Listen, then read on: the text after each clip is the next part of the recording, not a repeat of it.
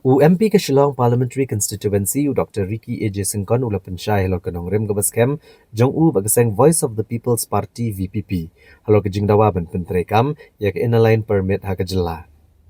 Ula kentu ik sarkar India bagade ban bura mekarai belashim dak yang dorbar tauan kejela bat ban pentrekam no ik inaline permit klem depan slam sure.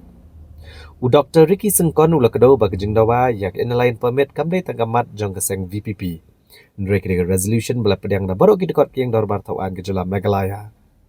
Ulang bu uladap thok ke siti je ke sarkar India halor kania baru kermen baka sarkar India akan sengap ikesur jongki pait reulum.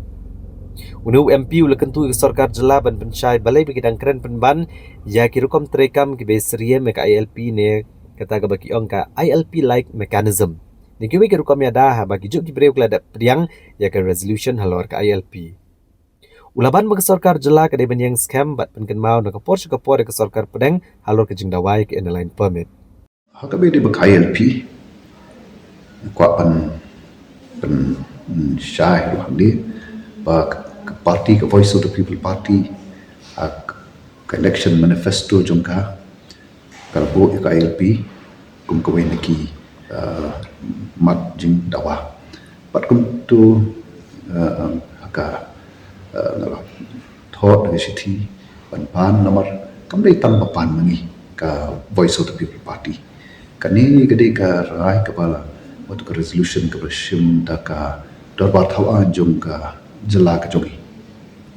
pan dawa ya ka ILP te kejing dawa gede ke laslam pat ngadon ke kermen bagas sarkar pedeng kan pediang ya kejing dawa ke jong nama kolong ke berkam pat lain nak ILP tim dei ban berkat ki wepat ni hapan penskem halor kani kejing dawa ya ka ILP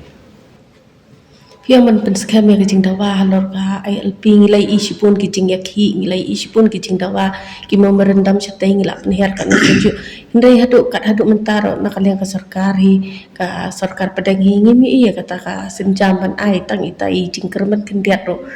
ke ika daw tharai so hangni pi suka ka sarkar jelar kadon ke bentak makrau so pan yai lek pan yai dawa ya kani ka ILP da kiwi pat nomor gede ka bentak jo ka sarkar jelar pan lek pan yai pan kenmau pan yai dawa mo ya kani kajing dawa ka ba kum ka jelahi kalong ka badon kam adu kata-kata tingi idang sian pat nakaliang jo ka sarkar jela ka ong ba kin persyang non banwanda kata ka ILP like mechanism apa ka jela ka kicing i jo pialor kan kani ke pengamlapan skutu nomor dei gitu hikbedon benta ka ban pas itu ka resolution bandawai ka ILP te bakin ong sa kumway pat